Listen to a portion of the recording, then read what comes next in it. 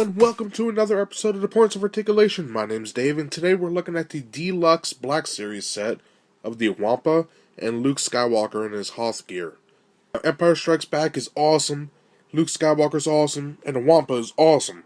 So let's get right to this review. Now, the Wampa is very detailed. It's covered with thousands of these sculpted hairs, and it goes from head to toe. Like, they did an exceptional job with the detail here, even on the back. Really cool. We also have fingernails, toenails, and then the horns for the head are soft plastic. Most of the hair is this rubbery material. Then we have our eyes, nose, mouth with the teeth, nice. Lips even. And then we go down the hair to our hands. And even the legs are done nicely. We have some hair hanging down here. For the articulation, the shoulder can move up, and it can turn all the way around.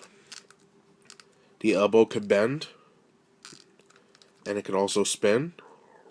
Then the hands could go in and out, and spin all the way around. And the head is on a ball joint, so you can just pop it off, just a ball. And it can move a little bit. It is hindered by all this hair. Now this arm here does not move like this. Instead it can only turn, and it is hindered a little bit by the hair of the head. But the reason for this is, just like in the movie when Luke cuts off his arm, that's the gimmick of the Wampa. So there you go, it's just a peg, and it goes in. I always display it with the arm on. Now, let me move the arms up a little bit so I can look at the chest. It's 3 sections. One down here, one in the center where the stomach is, and one for where the chest is. Now, each one can turn a little bit, like so. I don't want to break mine, so I'm not going to force it. But the cool thing is, they all work together. So if you want to have them, there we go. If you want to have them hunched, that's as far forward as you can get. Now with moving back, I don't want to break it.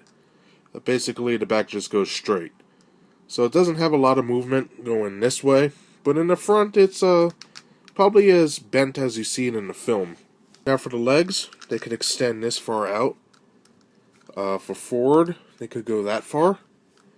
For back, this far. And it has a thigh swivel, which the whole leg can turn. So that's pretty cool.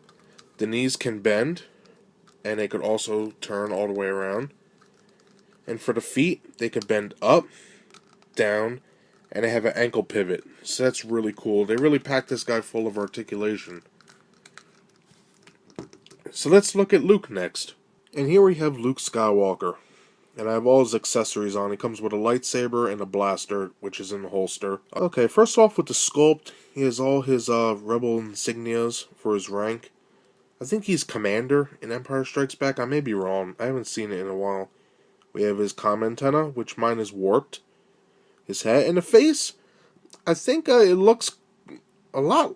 I think it looks quite well. It's hindered by all this crap he has on with the hat and everything. But you could definitely tell it's Luke. So that's a plus.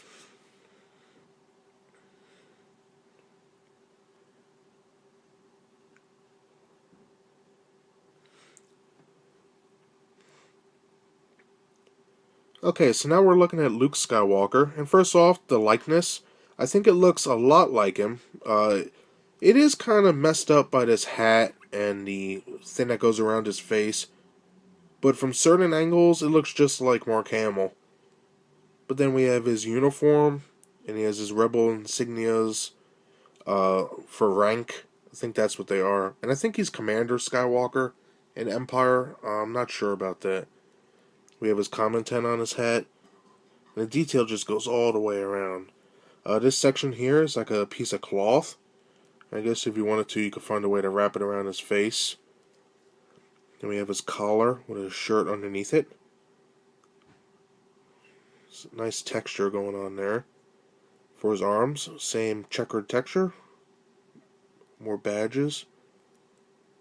And his shirt is basically just wrinkles and pockets. And then down here for his gloves, we have his little comm device where he's talking to Han through. And then on this side, it's just a regular glove. For his belt, we have a loop, we have a hook, which his lightsaber fits on. So that's always cool. There's all these little pouches. Let me lift his arm. We have his blaster in the holster. On the back, a couple more pouches. So that's pretty sharp. Then we have his legs. A strap that should be like this, but they did a cool thing and just put a strap here so you can move his legs. So I like that. And then his pants are just wrinkled, and then it gets to here, and it's at a diamond pattern again, which I like. And then we have the feet, which are unique. Star Wars boots. Now on the bottom we have pegs and copyright crap. For articulation, the head can go up and down, and can spin all the way around. The arms could go up and all the way around. Bends at the elbow and can turn all the way around. Now there is no wrist articulation, it's just here at the glove, and that can turn all the way around like so. Same for this side. We have a little ball joint right here, and it can move all the way around. Now for the legs, they could extend that much. They have a thigh swivel, so it could turn all the way around. Double jointed knees, which I wish the arms were double jointed, but it's okay. The foot can go up, down, and ankle pivot. Okay, for the paint for the Wampa, most of it is this yellowish tan color, and then we have some white sprayed on it. In the mouth we have some blood when it's eating the tauntaun. Black in the mouth, white teeth, purplish gray lips, gray horns, yellow on the nose and eyes. We have the same type of grayish purple for the eyes right there with black pupils. So that's pretty interesting. For the hands, it's the same gray for the horns for the fingernails. And the toes are the same color as well. And basically it's just all one color.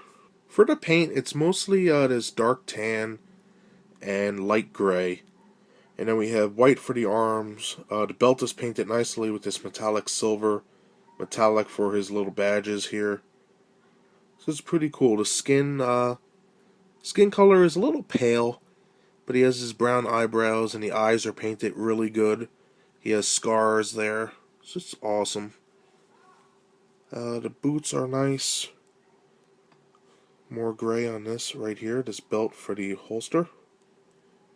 Does a real good job with the paint.